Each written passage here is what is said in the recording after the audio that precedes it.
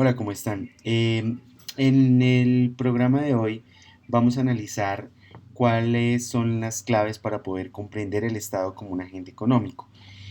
Cuando hablamos del Estado usualmente nos hacemos referencia al Estado como un agente político. Lo hablamos desde una perspectiva muy distante de los temas económicos. Incluso en la teoría económica estándar uno lo que encuentra es una discusión alrededor de si incluso el Estado debe intervenir en la economía o no.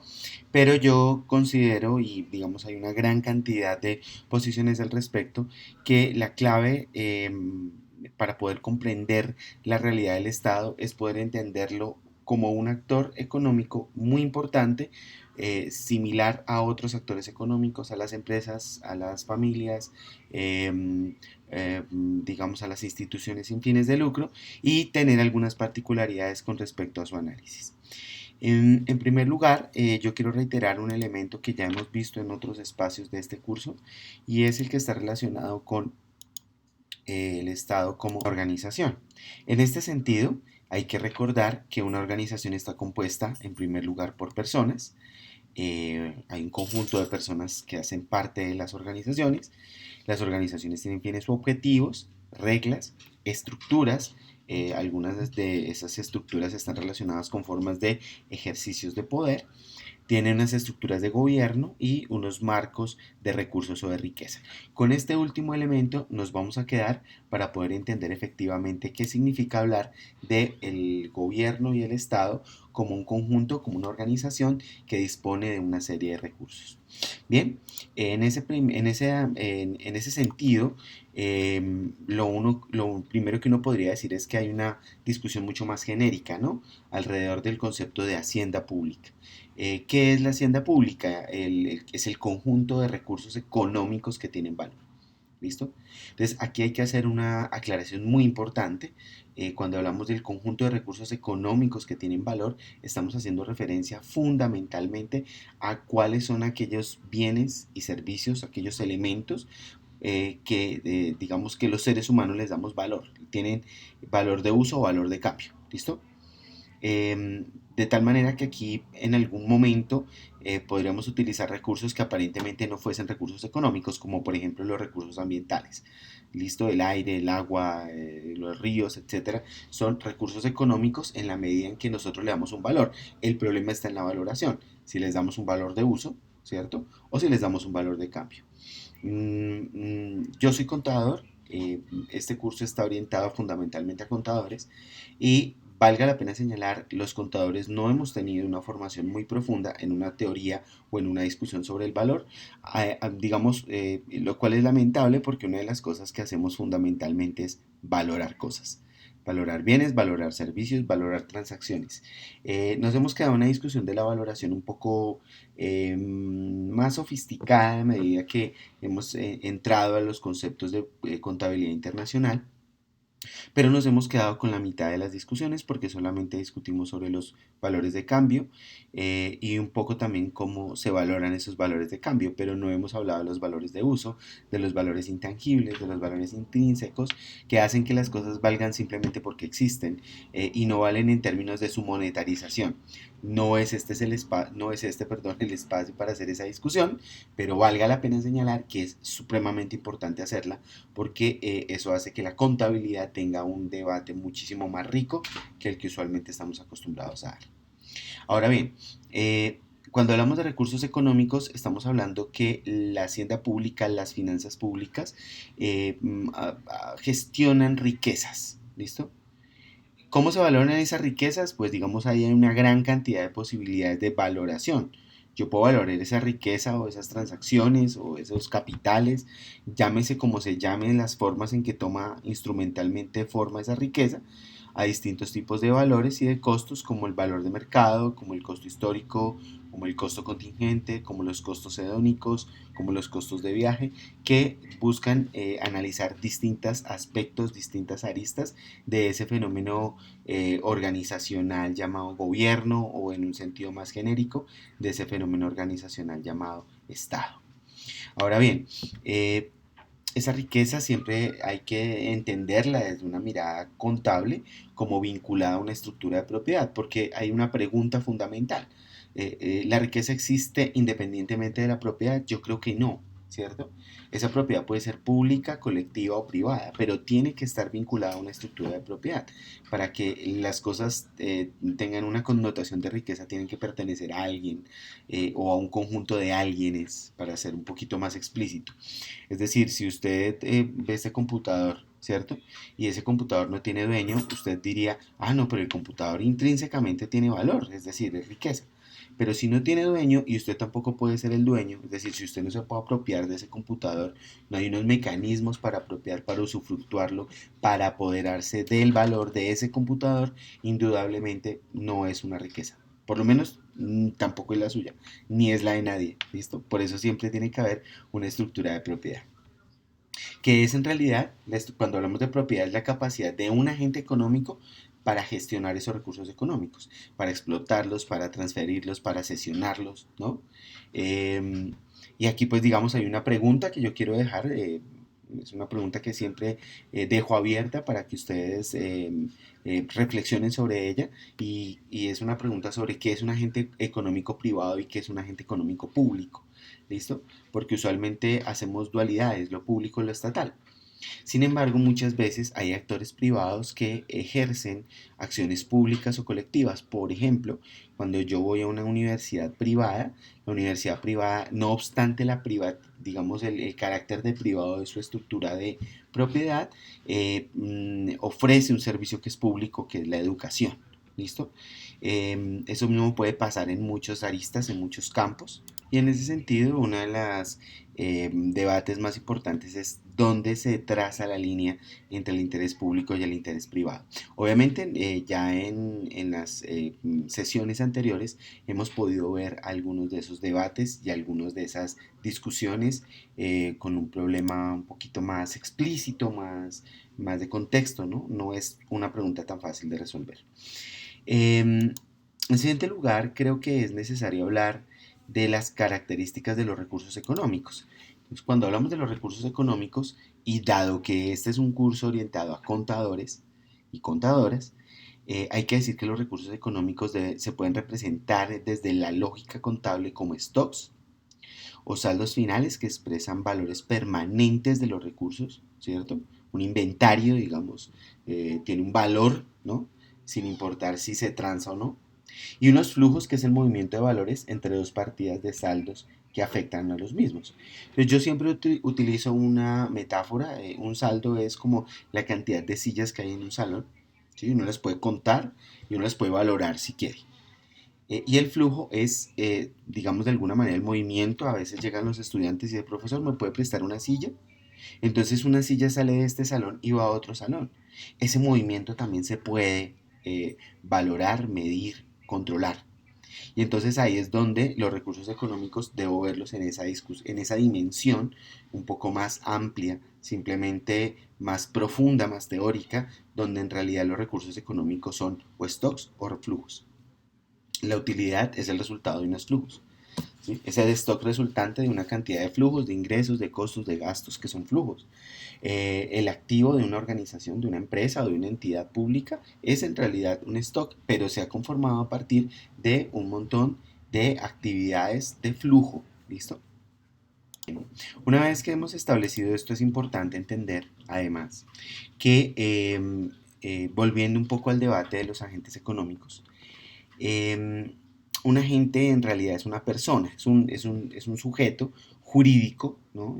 Digamos, las economías, aunque transcurren encabezadas por personas que toman decisiones, en realidad hay agentes jurídicos que están detrás de ellas.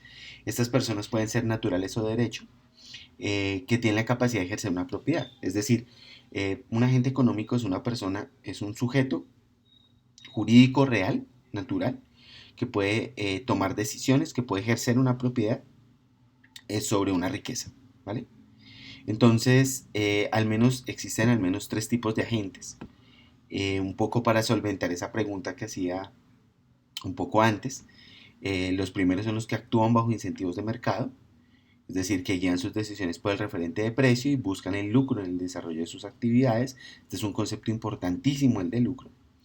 Los que actúan bajo incentivos de bienestar colectivo, que guían sus decisiones parcialmente por el referente de precio y buscan el logro de objetivos de bienestar colectivo o grupal, es decir, de un grupo múltiple de personas, pero no tan grande ni tan amplio para abarcar a toda la sociedad. Y finalmente, los que actúan bajo incentivos de bienestar público, que guían sus decisiones por restricciones presupuestales basadas en los costos de los bienes y servicios que producen y buscan alcanzar objetivos públicos, ¿ok? Que son aquellos que son de interés para toda la sociedad.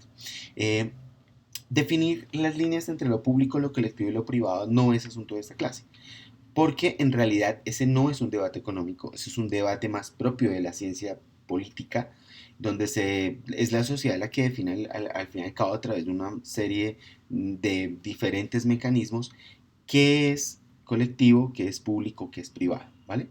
Por ende, si ustedes quieren alguna referencia en el debate, yo sugeriría que fueran a las ciencias de la política y miraran algunos documentos sobre el tema. La Universidad Nacional de Colombia sacó hace algunos años una revista muy interesante sobre el tema, ¿no? Lo público, lo colectivo, lo privado, y había una gran cantidad de discusiones alrededor de eso que vale la pena rescatar. Ahora bien, hay un tema que es supremamente importante a esta altura de analizar. Cuando estamos hablando de que las finanzas públicas entrañan todo este tipo de discusiones, ¿cierto? Hablar sobre valor, hablar sobre riqueza, hablar sobre propiedad, hablar sobre los agentes que ejecutan esa propiedad, los incentivos que tienen esos agentes, son solamente generalizaciones, ¿ok? Pueden haber actores privados que tengan intereses colectivos. Y entonces aquí surge, por ejemplo, la responsabilidad social empresarial.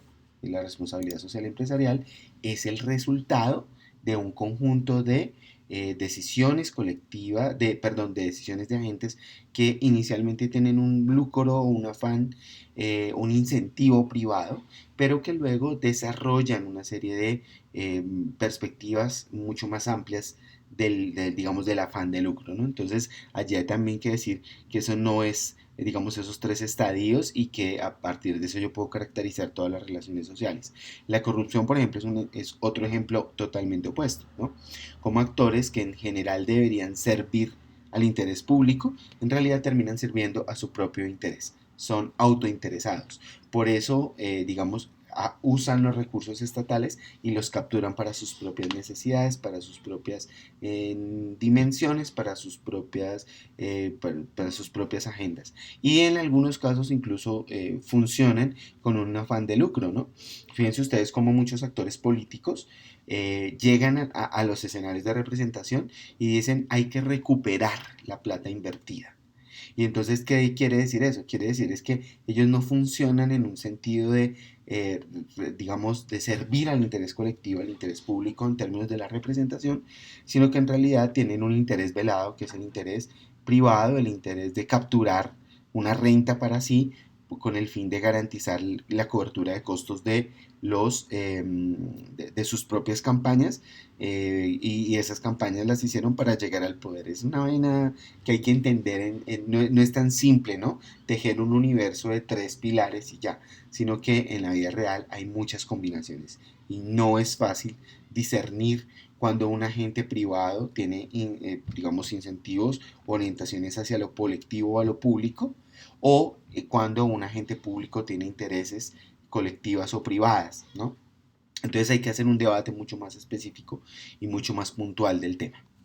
Ahora bien, todo sistema fiscal tiene una lógica financiera. ¿Qué quiere decir? Que esa idea según la cual digamos, los estados actúan sin restricciones financieras, pues es falso.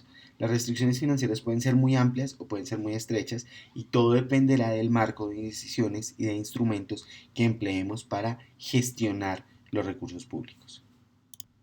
Ahora bien, la estructura fiscal tiene una lógica financiera, es decir, las finanzas públicas en particular, la hacienda pública en general, son sistemas de riqueza, son sistemas de bienes, son sistemas de propiedades sobre bienes y servicios, sobre patrimonios, ¿verdad? Que tienen unas funciones. Acuérdense en la primera diapositiva de esta clase que les mostraba que todas las organizaciones tienen unos fines. Bueno, resulta que primero son los fines y luego miramos cómo se administran los recursos para lograr esos fines. Entonces, desde una perspectiva de fuentes y usos, uno lo que podría decir es que inicialmente uno tendría que analizar de dónde viene la financiación. Así, uno construye un primer concepto que es el de ingreso público, que está conformado por los impuestos en general. Más adelante miraremos en puntualmente qué significa un impuesto, pero por ahora digamos que es una exigencia, una, un aporte obligatorio, digámoslo de una manera mucho más específica, ¿ok? Pero realmente los impuestos no pueden definir solamente como temas que son obligatorios, porque resultado de un pacto fiscal también resultan ser voluntarios. Entonces, digamos, es una paradoja hablar del concepto de impuesto a profundidad. Sin embargo, los impuestos son las principales categorías de financiación o de fuentes de recursos dentro de la estructura fiscal del Estado. Luego están las rentas de explotación, es decir, los recursos que se obtienen por explotar un activo, que puede ser un activo físico o puede ser un activo definido como un recurso natural no renovable. Entonces, esas rentas de explotación también son parte de las fuentes de financiación digamos, de los gobiernos o de los estados en general. La capacidad sancionatoria del Estado también es una fuente de financiación porque el Estado impone multas y sanciones, digamos, aprovechándose de su poder político. Está la venta de activos, la financiación a través de la venta de activos, cuando usted no quiere explotar o tener tomar una renta, pues entonces simple y sencillamente vende el activo completo y eso es una fuente de financiación. Y otro tipo de ingresos que son, digamos, muy amplios, ¿no? Como las donaciones, etcétera, etcétera, etcétera. Y también está el financiamiento vía deuda. En el caso de los gobiernos o de los estados, esa deuda puede provenir de prestamistas radicados dentro del país o de prestamistas radicados fuera del país.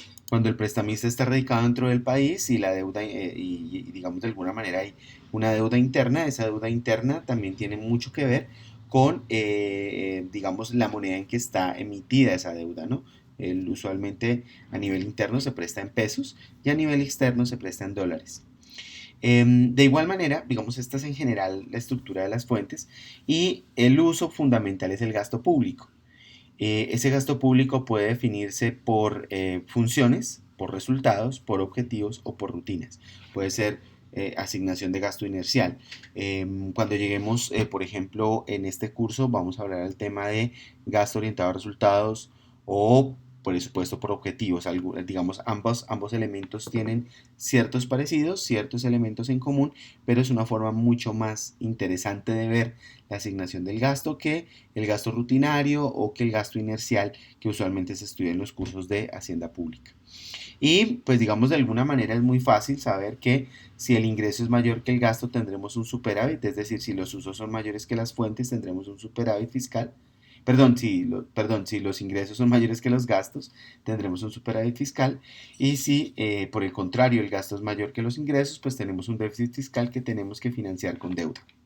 Esto es una forma muy sencilla de ver la lógica financiera de la estructura fiscal, que es más o menos igual para cualquier tipo de organizaciones. Luego viene un elemento que a mi juicio es muy importante tener en cuenta, porque es fundante de todo el análisis y de todas las categorías relacionadas con digamos, el comprender el funcionamiento del Estado y del gobierno. Y es el que está relacionado con las funciones económicas del Estado y su relación con el ordenamiento fiscal. Entonces aquí podemos encontrar una serie de aproximaciones, algunas muy conocidas por algunos de ustedes, sobre todo en los cursos fundamentales de economía, de microeconomía, algunos de macro, siempre se habla de estos temas, ¿no? Por ejemplo, el primero de ellos, la corrección de las fallas de mercado, basada en un criterio elemental, que es el criterio de que el mercado es perfecto. Pues resulta que la teoría que nos llevaba desde esos postulados, básicamente Smith, el liberalismo clásico, pues básicamente llegamos a una discusión un poco más amplia donde efectivamente los mercados no son perfectos, los mercados fallan. Y los mercados fallan porque su extensión es muy corta, por ejemplo, hay monopolios y hay oligopolios, ¿verdad?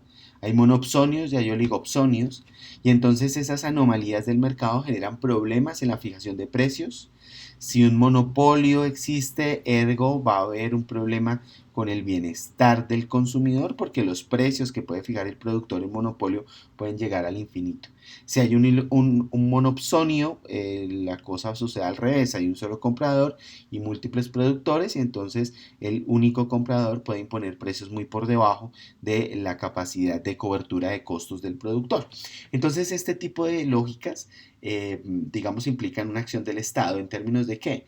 De regulaciones antimonopolio, de incentivos a la entrada de nuevos actores, de la creación de empresas públicas para hacerle competencias monopolísticas o monopsonísticas, ¿cierto? Hacer competencia cuando existan monopolios o oligopolios. Esa es una de las formas de intervención económica más conocidas, ¿no? Es no solamente regulatoria, sino también la creación de entidades o empresas públicas para entrar a mercados que tienen problemas de extensión de mercado. El segundo son las fallas de información, que nos llevan a dos grandes problemas que estudia la economía contemporánea hoy, que son los de riesgo moral y selección adversa. Cuando hablamos de selección adversa, estamos diciendo que un consumidor o un productor pueden fiar su criterio en las decisiones de otro que conoce mejor. Entonces, en este tipo de casos, un agente con mucha información puede manipular esa información a su favor. Veamos un caso muy sencillo que se usa mucho en este tipo de ejemplos, con el cual pues usualmente no estoy de acuerdo, pero vamos a ponerlo. Un médico ha estudiado una cantidad enorme de años para conocer las patologías y los problemas de salud de las personas. Usted cuando llega al médico llega con un problema de información. El médico, digamos, usted tiene un problema que es la sensación de dolor, de molestia, etcétera, etcétera, pero el médico tiene la capacidad de interpretar esa sensación y esa información que usted tiene. Me duele aquí la cabeza, o me duele la oreja, o me duele un diente, ¿verdad? Y la convierte en un diagnóstico. Es decir, que el hecho de que a mí me duele la cabeza no quiere decir nada, simplemente eso es un acto reflejo, un dolor. El médico es el que dice, ah, usted tiene estrés, o usted tiene una complicación neuronal, o tiene un problema, un tumor en su cabeza. Digamos, usted no lo sabe. Usted lo único que puede hacer es especular. Y allí la teoría pone un ejemplo que es un poco traído de los cabellos, y ya les digo por qué, en el cual dice qué pasa si el médico abusa de su capacidad de poder y diagnostica, o como se dice en el argot, sobrediagnostica al paciente. Es decir, le dice que debe hacerse tratamientos que realmente el paciente no necesita. En ese sentido, hay una falla en la información, hay una selección adversa, hay un riesgo moral que se asume adicional a eso, en la medida en que hay agentes con información asimétrica. Por eso cuando los gobiernos, los estados, generan instituciones productoras de información, ¿sí? Hacen transparente y pública la información, por ejemplo el DANE es una la bolsa de valores, perdón, la superintendencia financiera que obliga a que los gestores del sistema financiero produzcan un determinado tipo de información que sea pública. El sistema judicial también, digamos, evita fallas en la información. Hay un ejemplo muy claro: cuando usted se compra un paquetico de papas, usted no sabe la cantidad de cosas que se está comiendo, ¿verdad? Usted toma decisiones basado en un riesgo moral. Toma decisiones sin saber en realidad cuál es la profundidad de las consecuencias de la misma. Entonces, por ejemplo, una regulación puede obligar a que el productor de las papitas diga efectivamente de manera muy grande, aquí esto tiene sodio, tiene altos niveles de calorías, etcétera, etcétera, etcétera. Finalmente, en tercer elemento está la movilidad de los factores productivos.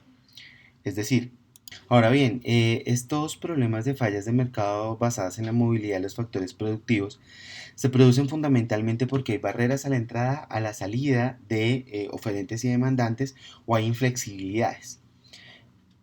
Por ejemplo, la regulación laboral que permite despedir, ¿cierto? O enganchar trabajadores de manera relativamente más fácil o más difícil.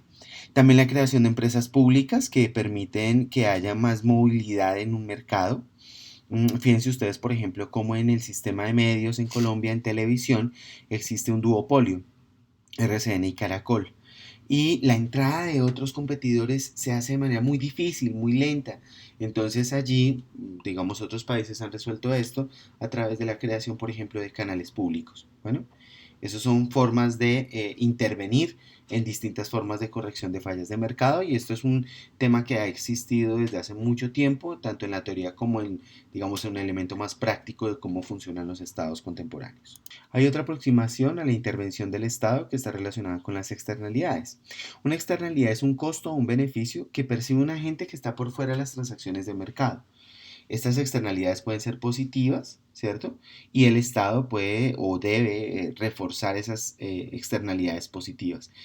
Una externalidad positiva, una que está en un libro muy clásico de Joseph Stiglitz sobre estos temas, sobre economía del sector público, habla de un cultivador de flores y un cultivador de abejas, digamos, alguien que tiene apiarios.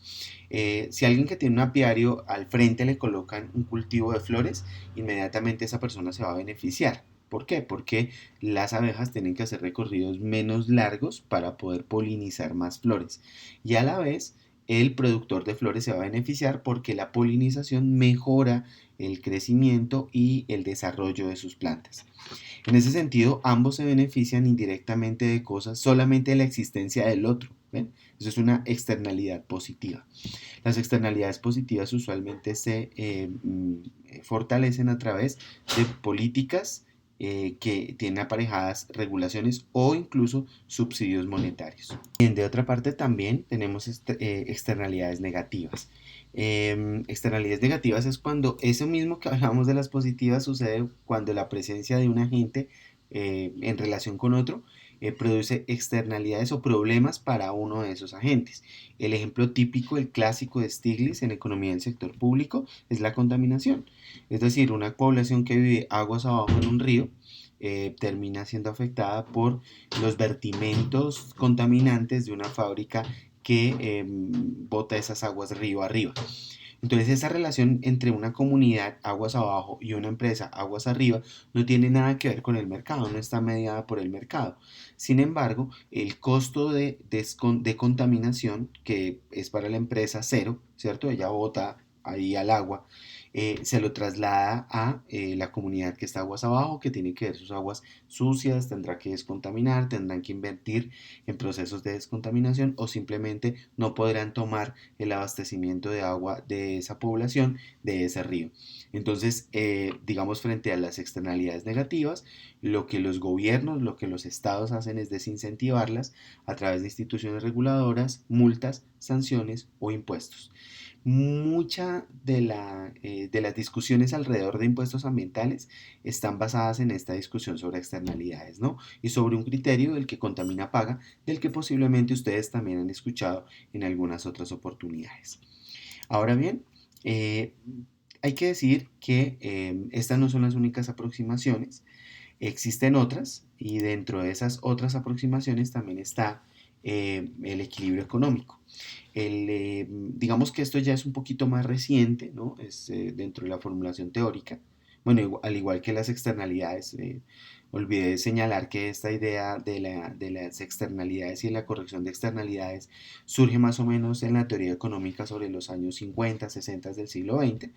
Esta idea sobre el equilibrio económico en realidad data de los años 30, cuando en plena crisis, en la gigantesca crisis de los años 30, la gran crisis, la gran depresión, digamos las ideas de Keynes y otros autores económicos en economía, pero principalmente John Maynard Keynes, el británico Keynes, hacía una recomendación sobre la necesidad de que hubiera un activismo fiscal basado en la idea en que ante un problema muy profundo de caída de la demanda agregada, el Estado debería potenciar la demanda agregada, potenciar el consumo de empresas y de personas para, digamos, restablecer el equilibrio económico. Y con distintas variables, tanto los seguidores de Keynes como otros, los denominados post-keynesianos, han señalado cuáles son como las condiciones de intervención del Estado para garantizar ese equilibrio económico. De entrada, pues uno tendría que analizar lo que años después se conoció como el ciclo de Kondratiev, ¿cierto? En el cual las economías crecen en ciclos, perdón, de crecimiento, auge, recesión y crisis, y que la postura del gobierno o de los estados, más bien de gobierno, cuando hay crecimiento o auge debe ser distinta a cuando hay recesión o crisis. De tal manera que hay políticas procíclicas, es decir, dentro de los keynesianos y toda esa escuela, lo que se dice, digamos, que debe hacerse dentro de la lógica de acción del Estado, es que haya gasto público, ¿cierto? Em, em, Aumentando en épocas de recesión y crisis. Em, digamos, cuando hay recesión y crisis, lo que hay que hacer es disparar el gasto público, disminuir los impuestos, y eso es una respuesta eficaz para incentivar el desarrollo económico. Incluso muchos hablan del estartazo, ¿no? Es decir, de que la economía está como un poquito deprimida, entonces el gobierno al introducir, al gastar más y al tener un déficit fiscal mayor, financiado, digamos, esa es una discusión que viene después, con qué se financia ese déficit fiscal si se bajan los impuestos. Bueno, puede ser con deuda, bueno, ahí inicialmente es deuda, pero también puede ser emisión primaria de los bancos centrales. Sin embargo, ese debate no lo voy a dar acá, sino cuando hablemos de los temas de déficit fiscal. Y también hay políticas anticíclicas, ¿listo? Que es una disminución del gasto público y un aumento de los impuestos en épocas de crecimiento y auge. Es decir, todo lo contrario, ¿no? Cuando hay harto crecimiento económico, cuando hay crecimiento y auge, usted va a disparar el gasto y reduce los impuestos. Un poco la lógica contraintuitiva es que el equilibrio del mercado va a lograrse mucho más rápido. Entonces ya no hace, digamos, usted no sustituye al mercado, sino que le lance incentivos al mercado para que haya un equilibrio mucho más rápido. Digamos, incluso hay otras posturas que dicen que el Estado no debe intervenir, so pena de incrementar los desfases económicos. Pero pues digamos, de alguna manera esto no es el centro del análisis y el debate que tenemos ahora, aunque también el no hacer nada, el dejar hacer, dejar pasar, es una postura válida dentro de la teoría, no siempre dentro de la práctica. Y desde los años 30 es muy, muy costoso políticamente que frente a una crisis económica, ¿cierto? O frente a un sobrecalentamiento de la economía, un hiperconsumo, una hiperproducción, pues los estados o los aparatos de gobierno se queden quietos. Cada vez es menos justificable y cada vez es menos viable que los estados o los gobiernos no hagan nada. Bueno, y finalmente, pues tenemos los problemas relacionados, digamos, desde la intervención fiscal con la distribución del ingreso. Está relacionado con un principio elemental en el cual se señala que las sociedades deben garantizar unos básicos de equidad para sus ciudadanos. Esto es lo primero que uno tiene que entender, ¿cierto?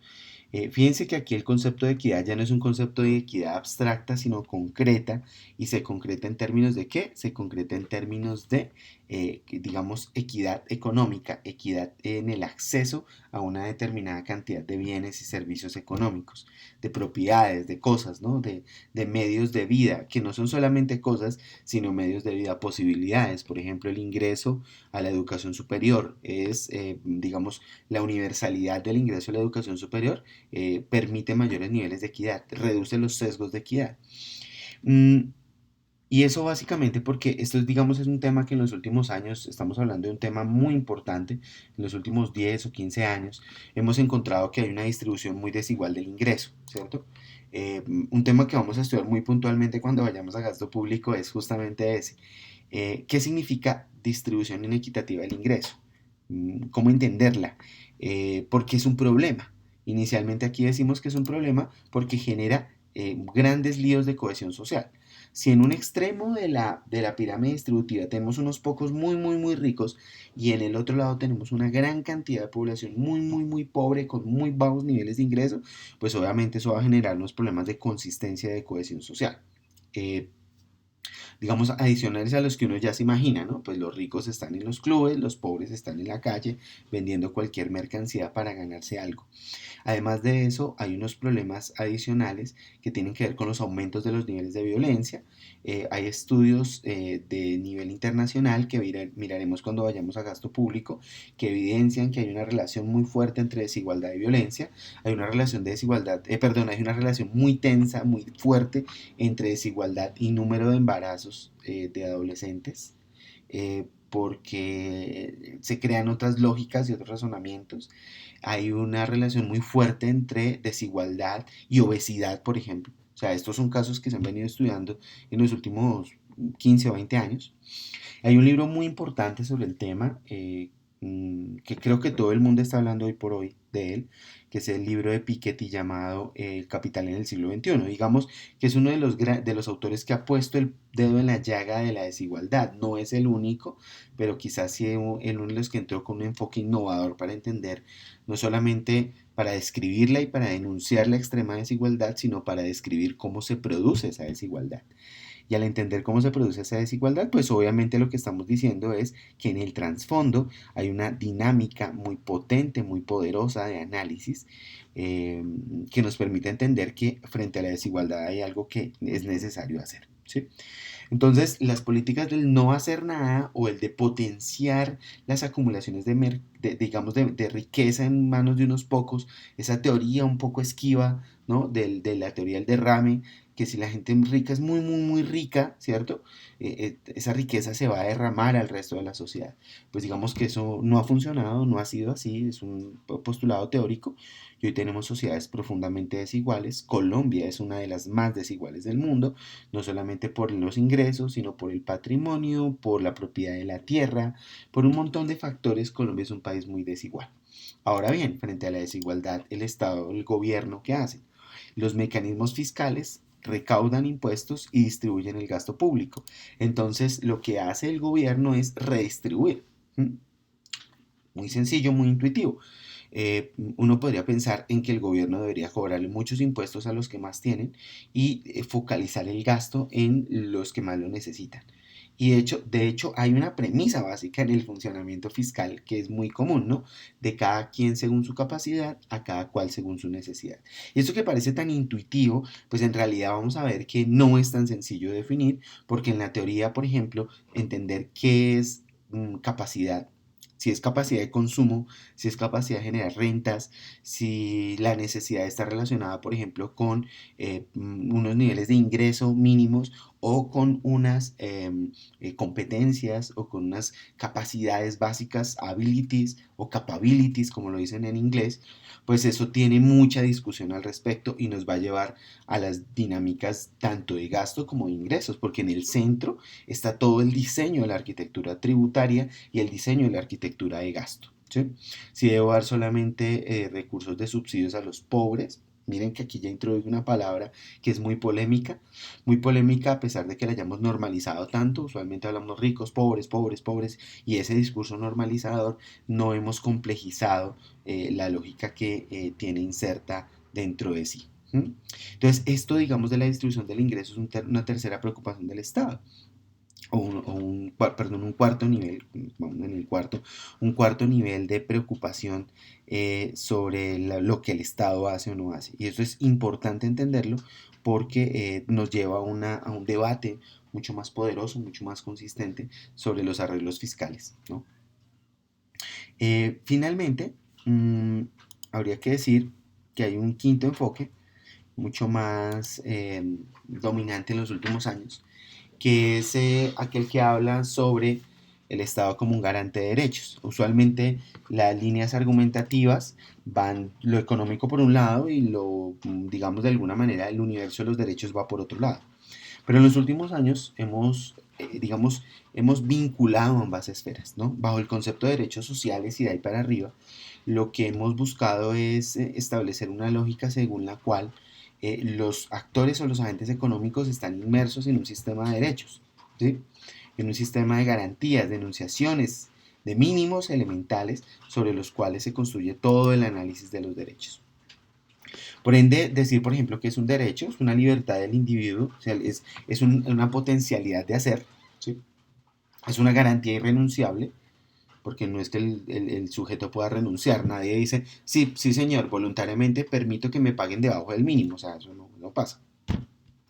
O una capacidad garantizada para realizar una acción, ¿ya? Así se puede entender el derecho.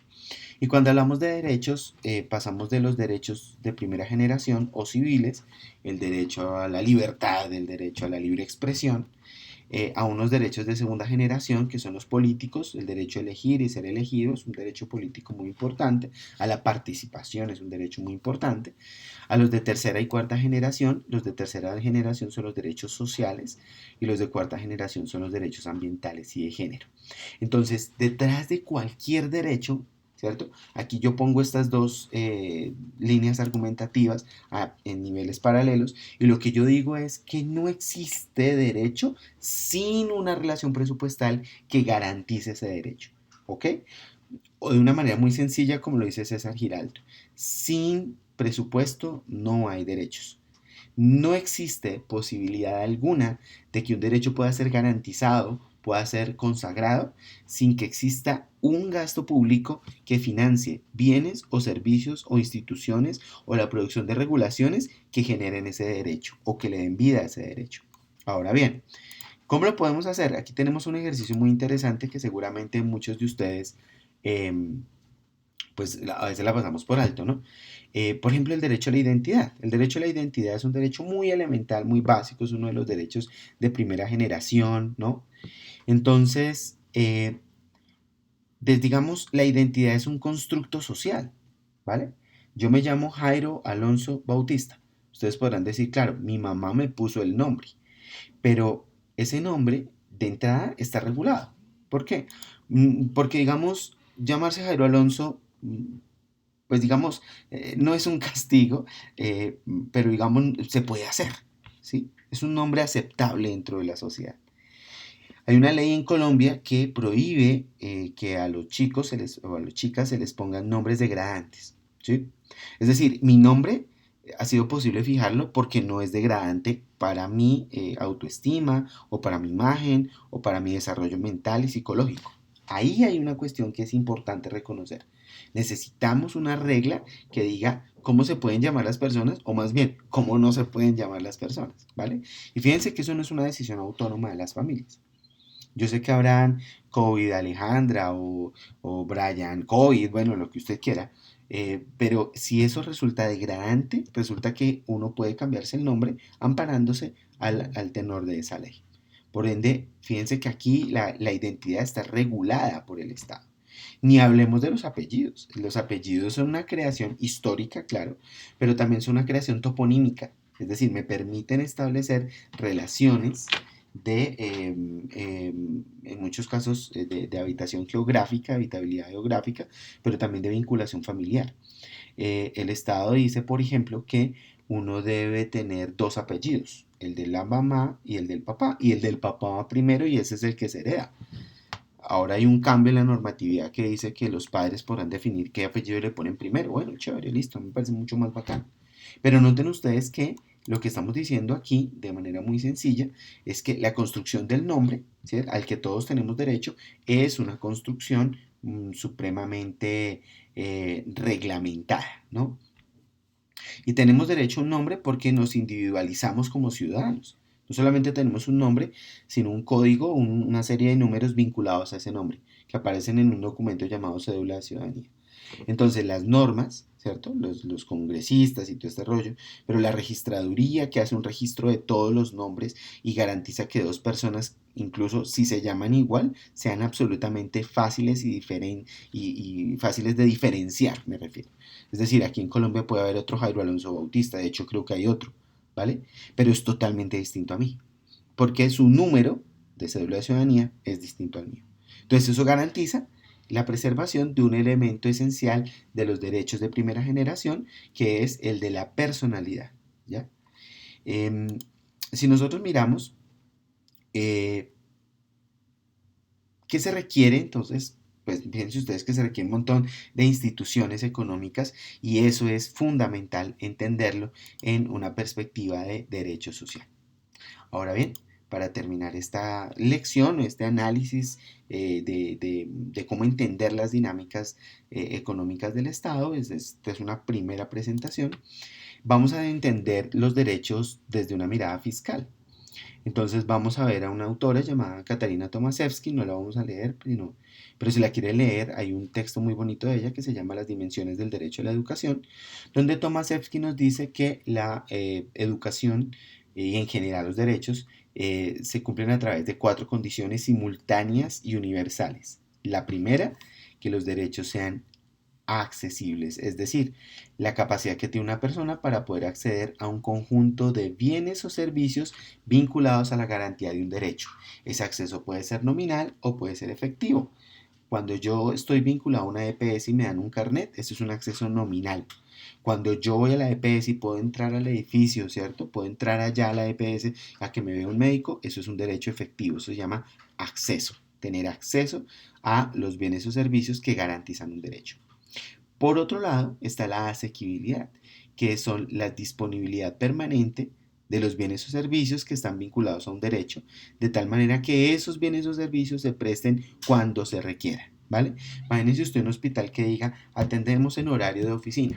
Si usted está vinculado al sistema de salud, pero cuando va a necesitar al médico, usted se tropezó el pie, se lastimó un tobillo a las 6:30 de la tarde, resulta que no puede ir al médico porque no es asequible a pesar de que usted tenga el carnet y efectivamente pudiera en teoría entrar, pues no hay servicio, ¿listo? Entonces la asequibilidad es una condición adicional que permite hablar del derecho.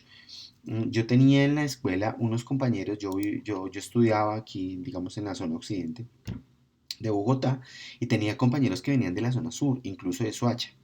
Para ellos había derecho a la educación en términos de que, claro, podían entrar al colegio y estaban matriculados, pero llegar al colegio les tardaba una hora, hora y media, algunas veces dos, y devolverse otras dos. ¿Mm? Eso puede pasar incluso en términos más graves cuando decimos que los niños que viven en zonas rurales tienen que caminar, ¿cierto? 2 horas caminando para llegar a la escuela y luego otras 2 horas caminando para devolverse. Tienen el derecho, acceden al derecho, pero su asequibilidad es muy complicada. Bueno, en tercer lugar está la aceptabilidad, que es la forma en que el usuario de los bienes o servicios, vamos a hablar de usuario, vamos a hablar de un consumidor de esos bienes o servicios, evalúa la calidad de los bienes o servicios prestados. Y aquí hay un problema porque la calidad de los servicios públicos o que garantizan derechos, pues es una tarea compleja, ¿no? La calidad del sistema judicial, la calidad de los servicios de policía y de seguridad nacional, la calidad de los servicios educativos, de los servicios de salud, son temas que permanentemente están en el ojo del huracán, porque todos tenemos conceptos diferentes. Frente al tema de salud, por ejemplo, yo puedo decir que a mí me ha ido bien con la EPS, pero la mayor parte de gente que yo conozco se queja mucho de las EPS. Y posiblemente estamos hablando de comparaciones con parámetros diferentes de análisis. Y ahí tenemos un problema muy grande de sesgo, muy grande de concepto, muy grande de análisis. Bueno, finalmente está la adaptabilidad, ¿cierto? Que es en tercer lugar, la forma en que esos bienes y servicios que están vinculados al derecho satisfacen plenamente las necesidades de las personas, o sea, que se adapten a las peculiaridades de las personas. Hay ejemplos muy sencillos para ilustrar esto. Cuando hablamos de educación, no solamente necesitamos que haya acceso al aula, que digamos el aula esté cerca del sitio donde el chico vive o la chica vive, que sea de muy buena calidad, o sea, digamos un debate sobre calidad de la educación es un debate siempre intenso y profundo, sino que además de todo, imagínense que la persona que va a entrar al sistema educativo tiene una necesidad educativa especial. Por ejemplo, tiene una discapacidad física o una discapacidad cognitiva. Entonces, al colegio al que va a entrar, resulta que la persona usa una silla de ruedas, pero el tamaño de la puerta de entrada al salón no le permite entrar con la silla. ¿Mm? O su salón queda en el cuarto piso, pero el edificio donde queda la escuela no tiene escaleras. Ahí hay un problema de adaptabilidad, digamos, muy visible, pero hay veces que es menos visible y mucho más violento, ¿no? Mucho más violenta la exclusión. Porque, por ejemplo, cuando hablamos de educación desde las dimensiones de género, a veces pensamos que las matemáticas para niños y niñas son iguales y efectivamente son iguales. La historia para niños y niñas debe ser igual, efectivamente. Algunas materias, posiblemente literatura, sí deba tener algún sentido de género, pero nunca pensamos, por ejemplo, en la infraestructura. En el 2014, la Secretaría de Educación Distrital hizo un estudio sobre el ocio, sobre el tiempo libre de niños y niñas en la escuela, eso que llamamos recreo, y encontró que las niñas tienen un 30% menos de recreo que los niños. Y el factor determinante de por qué es eso, entre otras cosas, ¿no? Porque muchas veces la niña es la monitora y tiene que borrar el tablero. Entonces, el profesor termina y la niña tiene que borrar el tablero. Esos son minutos de su recreo que se le roba. Pero la característica definitiva está relacionada con los baños. Porque en el recreo los niños salen al baño y los niños tienen orinales y orinan rápido. Las niñas tienen baterías de baños y pues una niña por batería de baño multiplicado por 10 niñas, multiplicado por el tiempo que cada niña esté en el baño, pues obviamente eso hace que haya una aglomeración y las niñas tengan que demorarse mucho y hacen filas para entrar al baño. Por eso el diseño de escuelas, el diseño de colegios, tiene que tener en cuenta este tipo de particularidades. Noten ustedes que estamos hablando de diversos tipos de necesidades especiales. A veces no somos los mejores en matemáticas. Entonces un sistema educativo debería poder tener talleres de reforzamiento para aquellos que no somos tan buenos en matemáticas. Bueno, yo particularmente creo que no soy tan malo. Pero siempre tenemos una desventaja en comprender algún tipo de conceptos o de prácticas educativas y creo que ahí tenemos que hacer un esfuerzo enorme para entender que esas cuatro dimensiones obviamente implican un esfuerzo fiscal muy grande. Bueno, eh, mis queridos y queridas, esta era una primera introducción al tema de las relaciones económicas o la forma de comprender el Estado y el gobierno desde una perspectiva económica y contable, fíjense ustedes. Y en la próxima lección, en la próxima charla, vamos a ver unos temas un poquito más avanzados sobre cómo comprender estas diferentes dinámicas del el arreglo económico. Va a quedar un taller para desarrollar esta clase, entonces espero que lo resuelvan y nos vemos en la próxima. Chao.